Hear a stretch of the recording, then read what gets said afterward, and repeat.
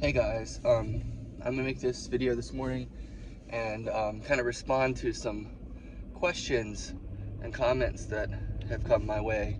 And I love doing this. I love the fact that someone can say something on the video or question or whatever, comment, and I love that I can make a video response. I just love that, and it's really exciting. So, one of the things that someone said on one of my videos recently was about how I was basing my testimony on feelings and how I was deciphering truth by feelings, right? And there's a lot of people who, like my brother is one of them, where he is, I would say, very skeptical of feelings and trusting feelings. And I know where that comes from, and I know that at its core, that's a good thing, because it is good to be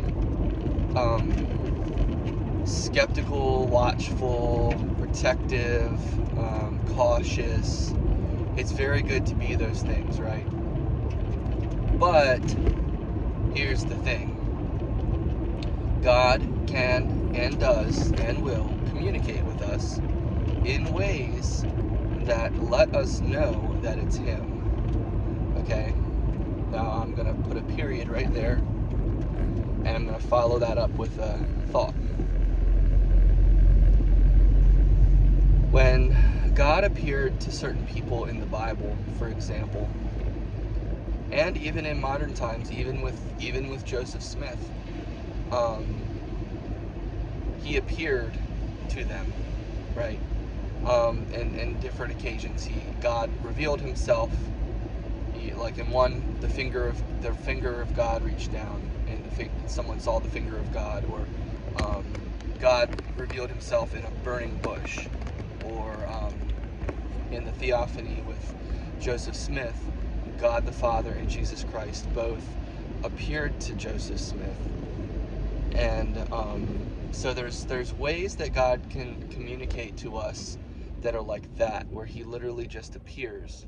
And there are verses in the Bible that many of you, I'm sure, will probably find ways to no offense, you guys will find ways to contend with these thoughts by using these verses in the Bible that say about no man has ever seen God, things like that. But I want you guys to stop taking Bible verses and putting absolute ends to them, because there's going to be times where the Holy Spirit reveals the truth to you about what the truth actually is, and it's going to probably contradict what you thought it's going to probably contradict what you thought the truth was. But when God does this, He does it in a really genteel way. People have seen God before. Joseph Smith is one of them. I believe, if I'm not mistaken, Moses was one of them. But anyway, people have seen Him before. It's not that no one has ever seen Him. It's more so to say that no one has ever seen Him because He's so holy, that basically no one has ever seen Him. It just happens to say no one has ever seen Him. And I know how people are really strong literalists, and they take things really, really literally sometimes, and it's good to take things literally, but the thing is when God tells you the truth about something, then you know what that truth is. And part of what I'm getting at here is it is important to pay attention to your feelings, because feelings aren't everything, but we can feel the Holy Spirit. We can feel God. And if we just totally turn ourselves off to that, then not only are we handicapping ourselves, but we are being technically ignorant, because we're ignoring God. And it's okay if you think that I'm basing my testimony off of feelings, and it's okay that you have a negative connotation for feelings, and comparing feelings to truth, right? Well, when you say truth, what do you mean? What do you mean, right? What do you mean? Because you can say truth all day long, but what do you mean? What do you mean when you say truth, right? Like the truth, the absolute truth as it is, like absolute truth. Because there is absolute truth, but then there is only so there's only so much or so little that we understand. And the thing is you can have a really solid foundation or understanding of the Bible, but that doesn't necessarily mean you understand it. It just means that you think you understand it, and which is possible. You can. What I'm saying is you can have a false understanding, meaning that you can think you know you can think you know the truth about something, but you might not be completely right. And we have had over 2,000 years of mankind pouring out their best version of God's truth, and pouring it out in public, pouring it out over pulpits, pouring it out through podcasts, YouTube videos, and church sermons, and all kinds of things. Even someone like Billy Graham, who's a wonderful, great man of God, I would say, and someone who really lived his whole life for God and lived his life to share the gospel and to help people come to Christ, right? At the end of the day, it's still just his understanding, right?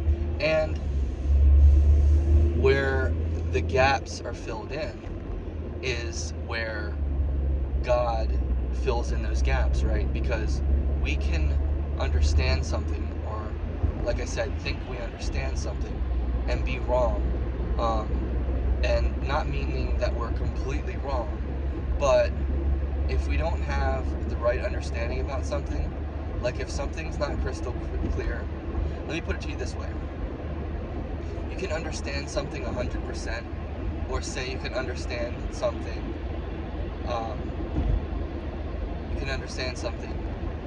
80% or 85%, right? Or 90%, 95%, right? You can have let's just say you have 90%, let's just say if we're in the presence of God and everything is known to us, everything is revealed to us, perfect knowledge is given to us, and we understand everything, that would mean we have 100% understanding, right? But while we're on this earth and while we are outside of God's presence, meaning we're not with Him, we're not in Him, in heaven, in His presence. We can have His presence with us through the Holy Spirit, but we're still on this earth, an imperfect planet, basically. You know what I'm saying? A fallen, mortal, sinful planet where we're humans capable of mistakes all the time. Then we're probably not going to have that 100% understanding. Or I'm just saying that there's a strong likelihood that we don't necessarily have that 100% understanding. But say we have 90%, okay? Say we have 90. Well, what does that mean? That means there's 10% that is not quite right? And you know what happens with that 10% over time? The adversary, the devil, it tries to pollute it. He tries to exploit it. He tries to confuse us with that part we don't understand. He tries to compromise what we do understand. He tries, and you know this, he tricks us, he tries to trick us into believing what is not true. And so what I'm saying is that we have that potential there with that wiggle room where it's a gateway for inaccuracy. And that inaccuracy doesn't just come from the devil, it comes from people.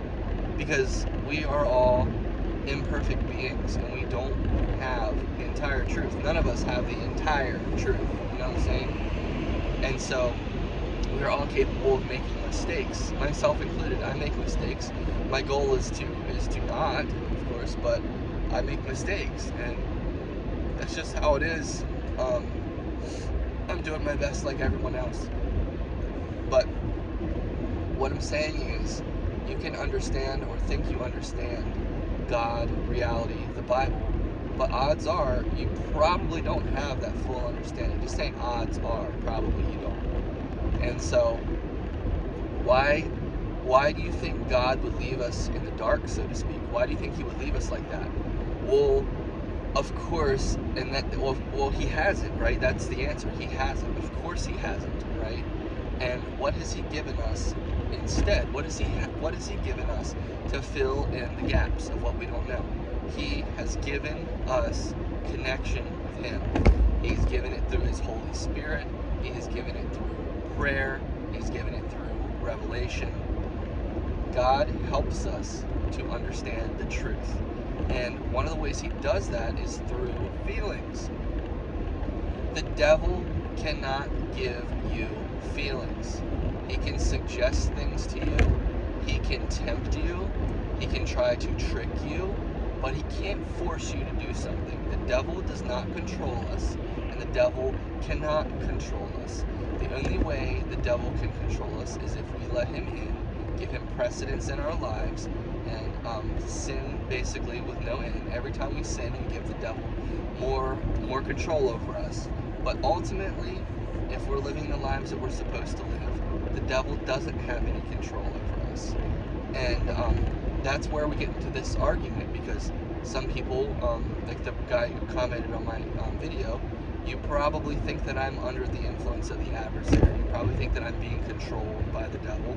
You probably think that I'm full of lies, misinterpretations, misunderstandings, and you just probably think that I'm completely wrong. And I just want to point out something. The point that I'm trying to make is that it's not that feelings, it's not that you can't trust your feelings. And I'll tell you something. But I am right there with you in that you should be careful about your feelings. You should be careful, right? And trust me, I was very careful with the whole experience of coming to the church, talking to the missionaries, and opening up to the Book of Mormon, accepting the restored gospel of Jesus Christ. I was careful about that because I knew what was at stake. In my mind, it was my entire soul, and I believe it was, that's what, my entire soul was what I was, that is what I was dealing with, right? And so I don't want to make mistakes when it comes to that, as I'm sure no one else does either. No one else wants to make mistakes with their souls. So I was very careful. I was very cautious. I was very skeptical. But again, and this is where our relationship with God comes in. And you can say, it doesn't matter how many times I say this, I could say this till I'm blue in the face. I'm just going to continue to tell the truth here. And you don't have to believe me. You might not, you probably won't, but I'll tell you the truth anyway. I was very cautious. And I say the same, this doesn't matter what I say, you guys can figure out a way to not believe it.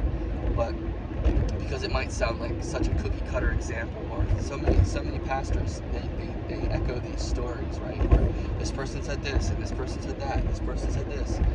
Yeah, but what's the truth, And there's so many pastors out there who they don't have the whole truth. Most pastors, pretty much every pastor, doesn't have the whole truth, meaning like they don't have the restored gospel. They don't have the restored gospel. They don't know, or they don't believe it, or they haven't accepted it as truth. They don't understand it. They haven't received it yet, or they haven't accepted it yet. But I had a relationship with God. I still have a relationship with God, and that hasn't changed. My relationship with God was not like just a simple passers-by kind of relationship with God.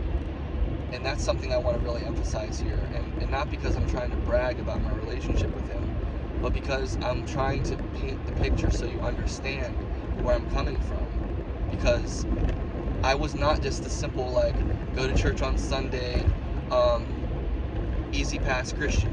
I was not an easy pass Christian. I was a person who says, I was a person who came to the realization that I had really screwed up in my life. I really need God. I really needed God, and I needed to turn to Him, and I needed to give Him my life. Meaning, I needed to turn my life over to Him and say, Father, I am yours. I will do what you want me to do. And I did that, and that's a lifelong process. That's not I did it and it's done. I mean, that's an I did it and I'm still doing it. And I went to church every Sunday, and yes, I did every Bible study that I could, basically, Wednesday night, Sunday morning, Sunday night, any kind of involvement I could, whatever help at the church I could do, I was doing. And that wasn't it. It wasn't, and that wasn't those were just fruits of my relationship with God. My real relationship with God was, He was the air that I breathed. He was my job, if that makes sense. I didn't have a job at the time for a lot of that stretch, and He was my job, if that makes sense. My job was to get closer to God. That was my priority in life, and that was my priority.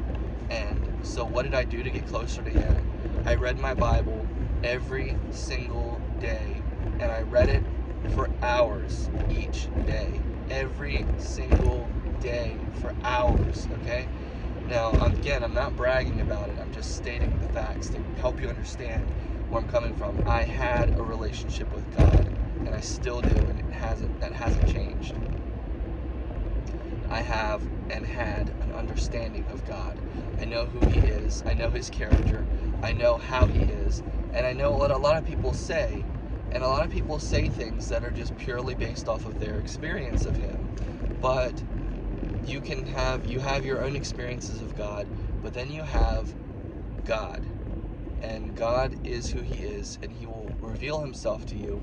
And when He does, it's undeniable. And when you have those experiences, they're special, and you can't necessarily share them with people where they will believe you, but it's true nonetheless, because God shows you parts of Himself or attributes of Himself, or He shows you parts of Himself that are completely undeniable, and they're mostly for you. They're mostly for you to take home and use, you know what I'm saying, and use in your life for your own good, for your own strength, for your own testimony. And so that's what I was doing. I was pursuing God, and like I said, I didn't have a job. I was living at home with my mom and stepdad. I was in my room. I was buying a lot of books because that was my hobby. I was really into buying books and reading and stuff. But my bread and butter, the most important thing to me, was my relationship with God, and it was the Bible. And so I would read my Bible every day for hours and hours and hours. And I started in Revelation. I started in Revelation with my NIV. I finished Revelation, then I started reading Genesis. And then I started reading and reading and reading and reading and reading. I started following the Daily Bread booklets that come in the mail. Our Daily Bread, you may have heard of it. I started reading those, and I would write them out. I would read the day, and then I would read the verses, and whatever the verses were, I would write the verses down in my little notebook. And so I was actively engaged in the Word, in His guidance, and I was engaged in whatever it was that He was trying to show me. And I was like, you know what? I know I'm just a obtuse human, right, with all kinds of problems and imperfections, but you know what? I'm gonna try to find you, God. I'm gonna try to seek you. I'm going to try to get closer to you. And you know what happens when you do that? He answers your prayer, and He moves with you, and He works with you, because all it takes is to surrender. All it takes is to come to Him. That's all you gotta do, is just try. And when you give yourself to Him and say, "Here I am, like, Lord, send me," He will send you. He will give you answers. And when you accept those answers, when He gives you, He tells you something to do, and then you do it. When He leads you to an opportunity, or leads you to an occasion to act on something, and you do it, then you get more of those, and things change in your life. No joke, like, things literally do change. They change in your life. And so that's where I was. That's what I was doing. And I was reading my Bible all the time, every single day, for hours. And I think I got to, I'm trying to remember where I was when I switched Bibles. I think I was probably like I think I had gotten to the New Testament. I finished the Old Testament, I was in the New Testament. And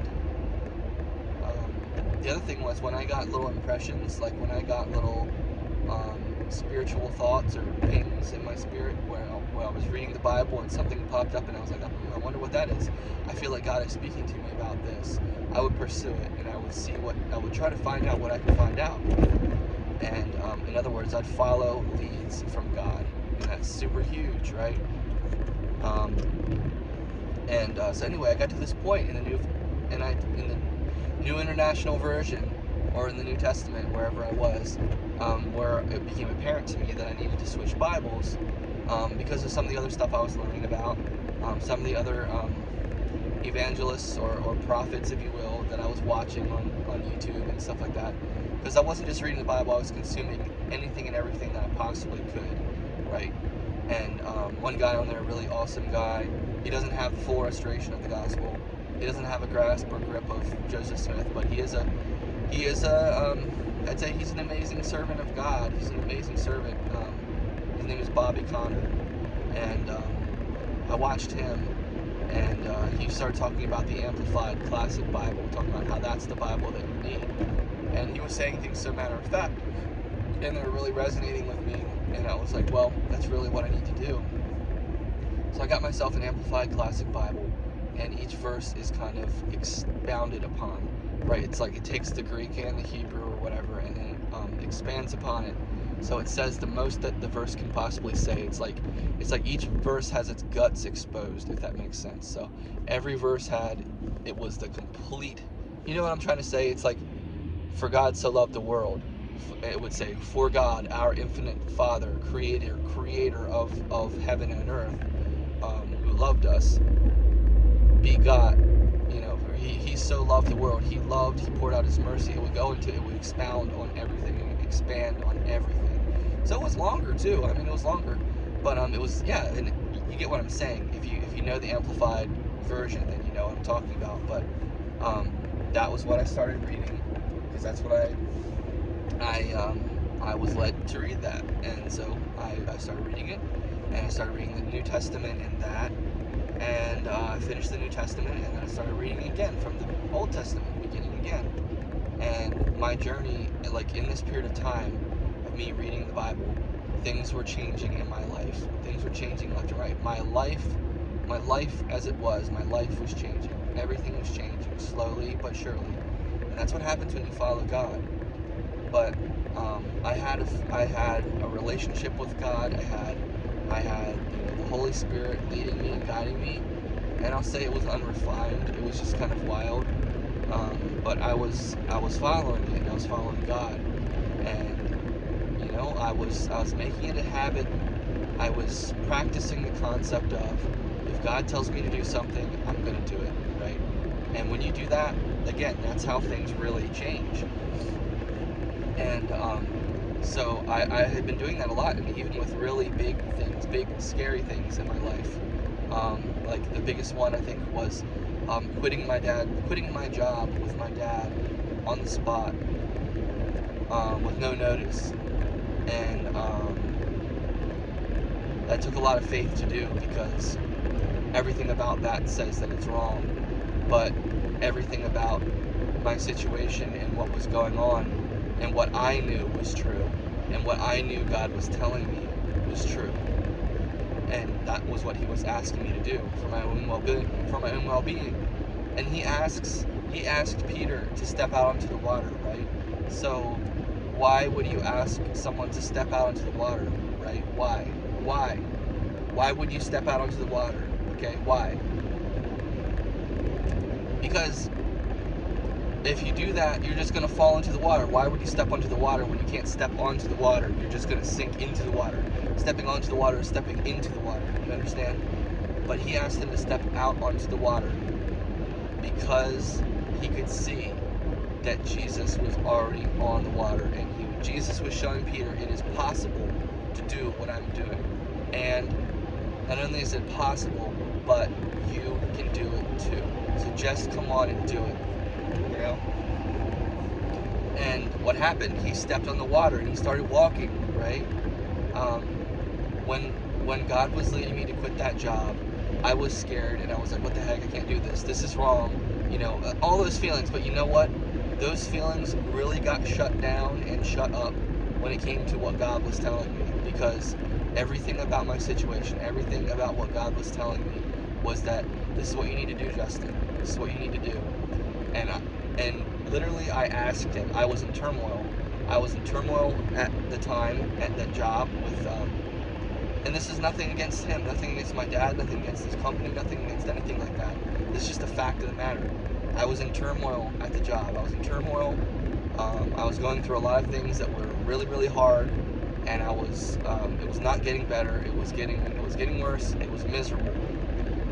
It was literally miserable. And there's some people I know, especially the people in my family who I worked with at the time, like my brothers. Like, if you guys see this, like, I know that it's probably hard to hear, but I'm just being honest with you, and I want you to know that everybody's experiences are different. And you can judge me and come to your own conclusions about why I was miserable all you want, but I'm just telling you the fact of the matter. The fact was, I was miserable, and things were not good. Things were unhealthy. There were some unhealthy things going on, unhealthy for me. And it's so easy to be painted as the loser who just quits his job when he doesn't feel like working. It's so easy to fall. It's so easy to paint someone. It's so easy. And that's the thing. When God asks you to do something, it doesn't matter about what other people think. It doesn't matter about how it looks. It matters that you do it. That's what matters the most. And so I was like, what? I just was stuck in such a rut, and I needed to know what to do. And I asked God what I should do. And I prayed to him while I was at work on the job, and I was like, you know, God, I'm so stuck. Like, please help me. I don't know what to do. I'm like, please help me. I know I need to do something, and I don't know what it is. And I'm like, deep down, I probably knew that I should quit, but it was just kind of unfathomable for me to do, or for me to consider. And that's why I was in that place. I was just like, what the heck am I supposed to do? God, please help me. Please help me know what to do. Please help me. And you know what he said? He said this to me, okay? He said it to me in my mind as I heard his voice. Not imagined his voice, but heard his voice in my mind. Because you can imagine things all you want. And people can tailgate you all they want to. But you can imagine things all you want. But God does say things to you, and God does speak. You can imagine things, and God does speak. There you go. You don't have to imagine it for him to speak. God speaks to you. And so the tricky part is figuring out is if you're imagining it or if it's his voice, right? Well, that's something that we all have to work on. But we have a better understanding of what his voice sounds like the more we follow him, right? And so I asked him what I should do. And you know what he said? He said, let me know when you're ready. Let me know when you're ready, and I'll tell you what you should do. So how do you think that sounded? That sounded pretty crazy, because I was like, oh shoot, you know, this is apparently going to be something big. I could tell. The reason he told me that was to say, hey bro, this is going to be a big one, so I need you to just be ready, okay? I can't even just tell you right off the bat because you won't be able to handle it. I'm going to give you a warning first, and then I'll tell you.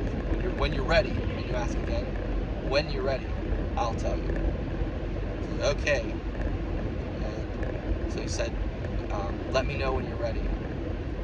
Tell me, you know what I mean? And I was like, oh shoot. And you know what?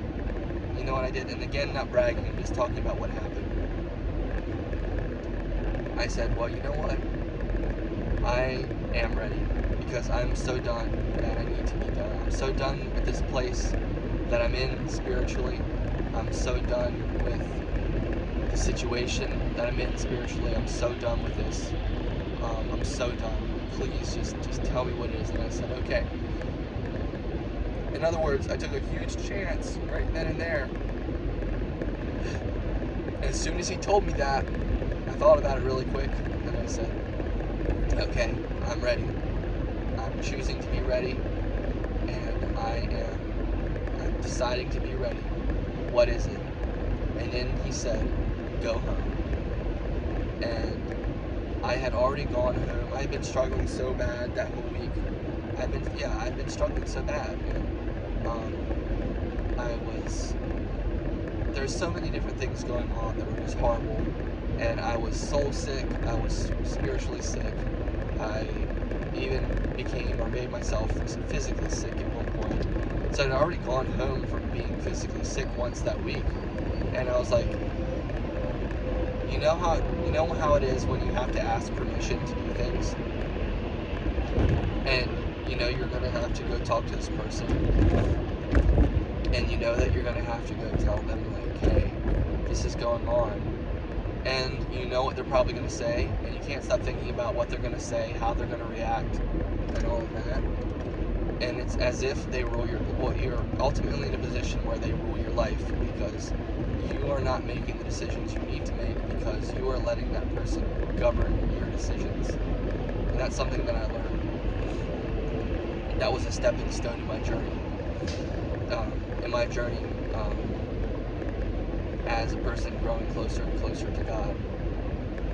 And I knew when he told me to go home, I was like, well, I can't just go up there and ask to go home early for the day. I know that wasn't what he was asking me. He wasn't asking me to leave and go home. He was asking me to go home for good.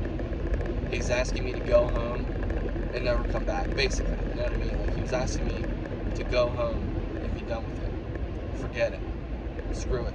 Leave it all behind. Screw it and leave it. You know? And that was really hard. And I was really scared, but I knew what I needed to do. I knew what he was telling me more than anything. I didn't know much about anything else, but I knew what he was telling me. So I went to my dad and I quit. I quit right then and there. I said, I'm sorry, I have to go. I didn't go into it very deep. I didn't elaborate very much, but I said, I'm sorry, I can't go. I said something along the lines of like, if I stay here, I'm gonna be unhappy. I can stay here at this job for the rest of my life and be unhappy for the rest of my life. And I just can't do this. And it wasn't just about happiness. It was about um, healthiness. It was about being in a toxic environment, being in a healthy environment. It was about getting myself out of an unhealthy environment and getting into a healthy environment, taking care of myself. And so that's what it was, you know. And I made that decision, and I did it, and it was hard, and it was confusing for my dad, but it made sense to me. And I just went about it, and I just stuck to my guns and did what God was asking me to do. And you know what happened? Because I made that decision, everything in my life got infinitely better. Everything.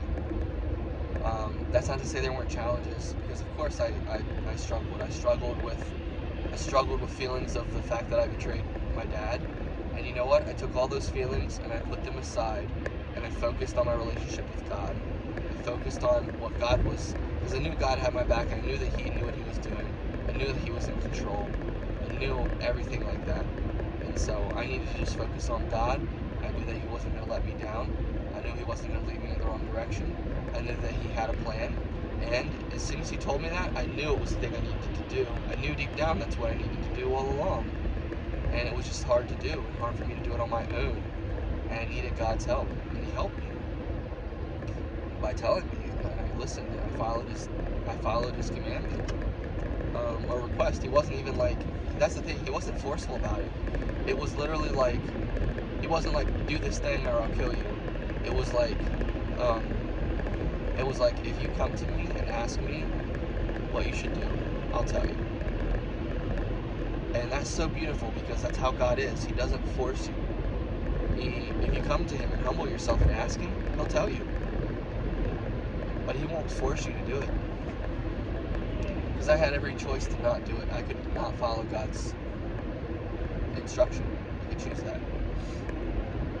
So anyway, things changed a lot in my life, and I think you're starting to get kind of a concept of my relationship with God at the time. And which is just continued. But like I said, I was pursuing him every single day, and you see what I'm saying here? He was my life. He was my bread and butter. He was the breath in my lungs. He was life in my veins. He was everything. And so I already had that relationship with him, which is what I needed, because if the missionaries had come in sooner, or if the concept of the Book of Mormon was introduced to me any sooner, I probably would have just thrown it out the window and just been like, no. I had to be ready. And you're not ready. You're either ready or you're ready. Or you can, but you can decide to be ready. Even if you're not ready, you can decide to be ready. That's the thing. You can take a stand. You can take a leap of faith. You can take steps of faith. You can launch into faith and just do whatever it is that you think you really need to do. You don't have to be ready to do things. And the truth is, I don't think we're ever really ready. But that is when that happened, and you know what I'm saying? I did not know God. You can say whatever you want, but I did not know God. I knew God, and I had Him in my life. And I feel like this is such a losing battle explaining this to you, because I feel like nothing I say can ever justify in your mind reading the Book of Mormon or joining the church or getting baptized. But I'm still going to sit here and tell you that it did, and it does. And I had a relationship with God. In other words, I knew who God was. And I wasn't deceived, okay? I wasn't deceived. That is what the devil does. That's what the devil tries to get you to believe. It's what he tries to get you, it's what he tries to get you to believe. He tries to get you to believe deceptions. And I was not deceived. I was led to the truth by God because I was pursuing God. You know what happens? And that's a universal principle. If you follow God, He will reveal the truth to you. If you seek, you will find. If you ask, it will be given to you. And I was asking, and I was trying to find the answer. I was trying to find more of God, more of His truth, more of His power, more of His truth. You can say it, and I say it all the time, and it's said so much, but still, how precious is something like that? God's truth. And that is the truth. How precious is that? So, I wasn't just like some fly-by-seat. I wasn't just like a random person that just said, oh, well, Book of Mormon, okay, let me take a chance on that, Oh, Church of Jesus Christ, Latter-day Saints. Okay, yeah, well, you know what, why not? I'll try it. You know what, why not? I was not that person. I was involved. I was deep, dedicated. I'm not trying to, you know what I'm saying? It's not about me versus them. I'm just saying that wasn't the type of person I was. I was seeking. I was in the trenches. I was deep digging. I was diving. I was on my knees every day. You know what I'm saying? Seeking, searching, praying, asking, hoping, reaching, praying more and more. And anything and everything I could possibly do to get closer to God, I was doing. Go to this church. Okay? I go to that church. Leave this church. Okay? I'm leaving this church. Go to this church. Okay. I'm going to this church. Leave this church. Okay. I'm leaving this church. Go to this church. Okay. I'm going to this church.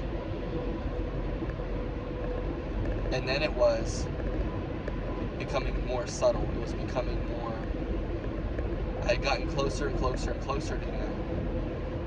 And the closest... You know when God revealed the Book of Mormon to me, and revealed that His church has been restored to this earth? You know when He revealed that to me? He revealed it to me when I was the closest I had ever been to Him. Do you understand? This wasn't early in my way. This was at the end of my way. You know what I mean? This is at the end of my road before I found it. And yeah, He revealed it to me, and I know it's true. So, and that took effort. I had to figure out if it's true or not, but I knew it was true. Spiritually, I knew it was true before I read it, before I looked into it. I knew it was true. And again, I was afraid, because again, it was just like everything else. When God tells you to do something, it can be scary, and it can make you leave your comfort zone. But if you never leave your comfort zone, you're never going to grow, you're never going to know, and you're never going to learn.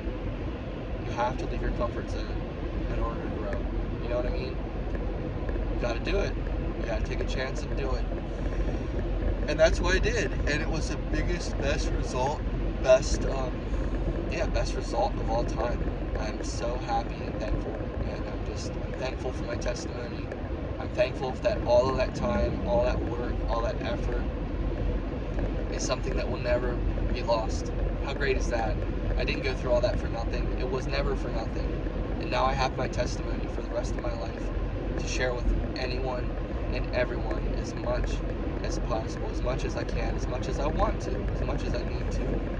And I'm just so thankful for that. And that's what God does. He takes the things you go through and He turns them into a gift. He turns them into a gift for you, to a gift for other people. And yeah, that's just so true. And I'm just so thankful for that. And I couldn't be happier. I'm so thankful I found the Church of Jesus Christ, His true church. And I'm so thankful that the truth about Joseph Smith was revealed to me. I'm thankful that the truth about the Book of Mormon has been revealed to me. There's so many questions, concerns, and skeptical thoughts people have. And you know what? I totally get it, because none of us are perfect, and none of us have a perfect knowledge of God. And what are we supposed to do, right? We're all just trying to do the best we can. Everybody's in kind of different places, so we just have to trust God. That's the most effective thing we can do. Trust God and move on. Continue to seek God. Continue to follow God. Consider doing it. Consider it. Seriously, consider it. Consider doing the things God is asking you to do. And if you do those things, everything is going to change. Everything. And that's my answer. That's my answer to you and your question about feelings and truth. Because when the truth was revealed to me about the Book of Mormon, Joseph Smith, and the church, it was revealed to me through knowledge. God told me that it was true. He gave me the gift of knowing that it's true. And when I was scared and didn't know what to do with that knowledge and wasn't sure if I could trust it, wasn't sure if it was true, and I asked Him and was scared, because when God tells you something, that's a big deal. I mean, when you have a sense of how holy God is and He tells you something, you should kind of be taken aback. At least I was, and I would be, basically. Because it's God, and when He tells you something, it's like, holy crap, like, what else do you want? That's God telling you something. Like, you need to really take that seriously and reverently, because it's God. But when He tells you something and it kind of scares you and it makes you kind of unsure, yet you know it's coming from Him, yet you know it's Him saying it, that you can ask Him. I did. You can ask Him. Like, and it sounds so funny, and I still laugh at it, because I know how silly it is to question God. But I said, are you sure, God? Are you sure? Basically, and I was struggling to ask Him that, because that's how much respect I had for Him and wanting to know the truth. And I don't want to question Him. I didn't want to question Him, but I was scared and I needed to know. And so I did question Him. You know what I mean? I didn't question Him, but I asked Him a question and was like, what the heck, is this really true? Are you serious? Like, I've spent my whole life and this is the truth? The Book of Mormon and the Church of Jesus Christ of Latter-day Saints and Joseph Smith, this is true? And He told me yes. And it wasn't, this is where the feelings come in, it wasn't like Um, I want you guys to know, like, I know God. I knew God. Like, I know who He was and is and will ever be forever. I know who He isn't. And I know He's not a liar. And I know the sound of His voice. He says, my sheep will know the sound of my voice. Well, if you follow God, you are His sheep. Especially if you put everything into it. Everything into it. You will know the sound of His voice. And I knew the sound of His voice. And therefore, I was not deceived. Because I know it was Him. And I have asked Him again and again and again. I've asked God, is this the truth? Is this what I need to do? And every time I ask Him, He always gives me the same answer. Yes. Yes, it is. Yes, it is. Just keep going. You're doing great. You're doing the right thing. And it's not always easy to know that. That's how we grow, because we go through times where we don't know we're doing the right thing. We have to trust and have faith, strengthen our faith, work on strength training for our faith. We have to work to strengthen our faith, right? And it gets stronger, and we can accomplish more because our faith is stronger. But He answered me, but not only did He answer me, He gave me the feelings I needed to have in order to know that it was Him. Because, like I said, Satan can do a lot of things, but he can't force us to do things. He can't control us. And you know what? Satan can make us, he can suggest a lot of things to us. He can suggest a lot of false things to us. He can suggest feelings to us all the time. But you know one of the things that he can't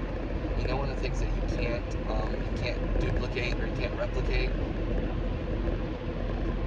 The one thing that Satan can't replicate or duplicate is peace, the feeling of peace. He can give you feelings of excitement. He can hype things up and make them seem really, really excited. He can do that. He can raise the ashes of hell, you know what I mean? He can raise the flames of hell, so to speak. But he cannot create peace. And he cannot give you feelings of peace. He can give you feelings of falsity.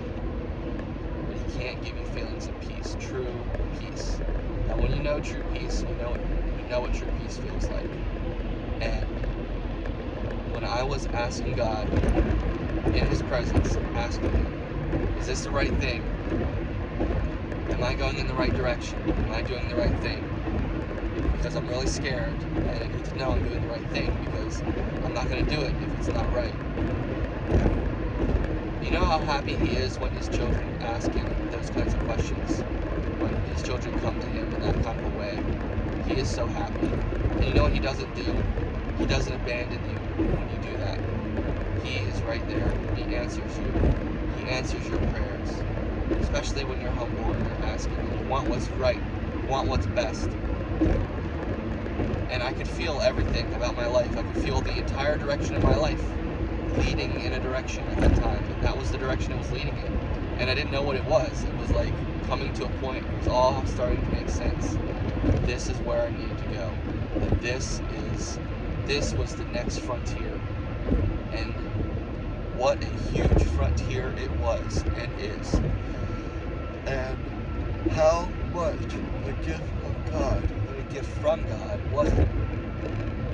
And everything about Him, everything about His answer, everything about the peace that I felt, everything about the peace in His voice, the tone of His voice, the love in His eyes, the warmth in Him that I saw and felt when I asked that question. In my moment, in my heart of hearts, deep down, praying to Him, everything about Him said, this is what you need to do. You are doing the right thing. You are doing the right thing, Justin. You are doing the right thing. You need to just keep on coming, because you're doing the right thing. Just keep coming. You are doing so great. Just keep coming. Continue in this direction. Continue to follow me. Continue to seek me. This is what it is. This is where you belong. This is what you need. This is what you're looking for. This is what you want. This is where you need to be. This is where you belong. This is where you are wanted. This is where you are needed. This is where you are heard. This is where you are felt. This is where you are loved. And this is where you belong. And that is his answer to me. That was his answer to me about the church, about Joseph Smith being a prophet, about the whole story, about it all being true or not, about whether or not I should join the church. That was his answer to me. And it was not a false spirit. It was not the devil. It was not a demon. It was not a false Jesus, whatever that is. You know, a false Jesus. Like, there's only one Jesus, okay? There are lies about Jesus, but there's one Jesus. And he is the way, the truth, and the life. And so I said yes. I said okay. I said okay. And I was scared, but I said okay.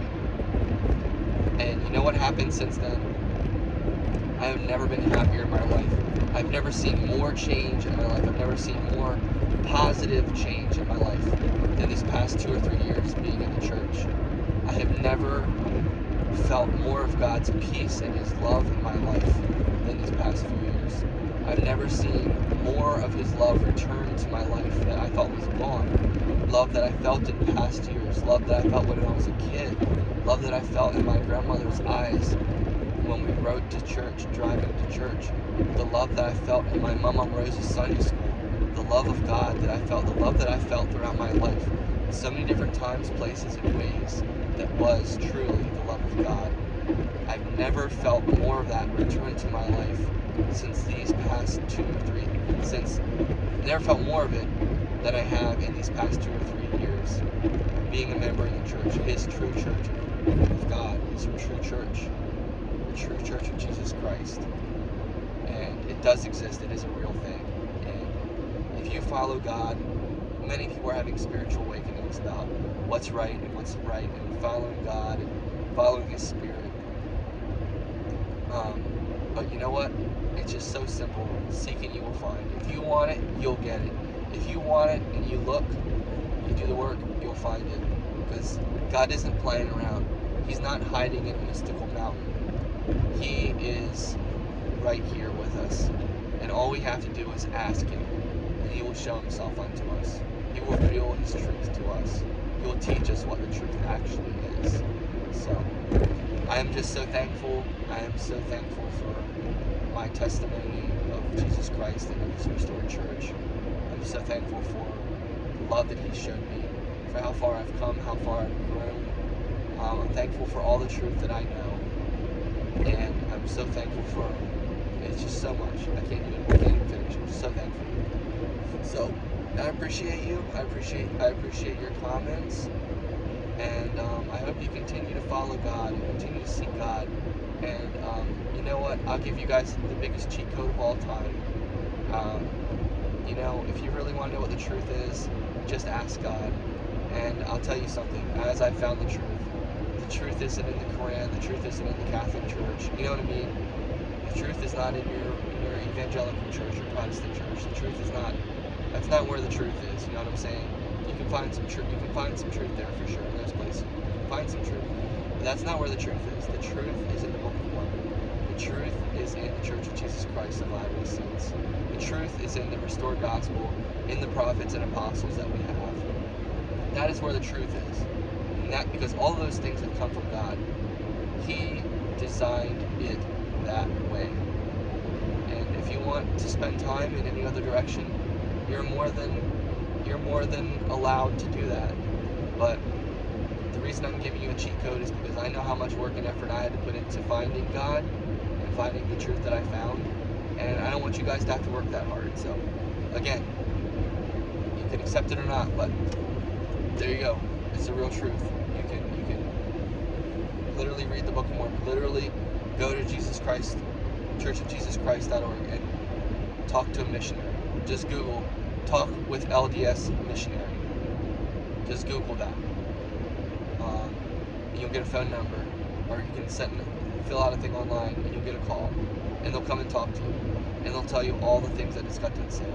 They'll tell you about the truth. And you know what? You'll feel the Spirit. You'll feel the Spirit, aka the Holy Spirit, testifying to you of the truth of it, of the restored gospel, of the Church of Jesus Christ of Latter-day Saints, of the Book of Mormon, of Joseph Smith, the prophet who restored the gospel. And yeah, I'm just so thankful. So I encourage you to do that. So please, don't let me down. Don't let yourself down. That's my plea to you. You can take it or leave it. But again, it is a total cheat code, because you can take the long road or you can go straight to the truth. And now that I know how to get straight to the truth, I want to show everybody else how to do that. So I encourage you to do that. And I say all this in the name of Jesus Christ. Amen.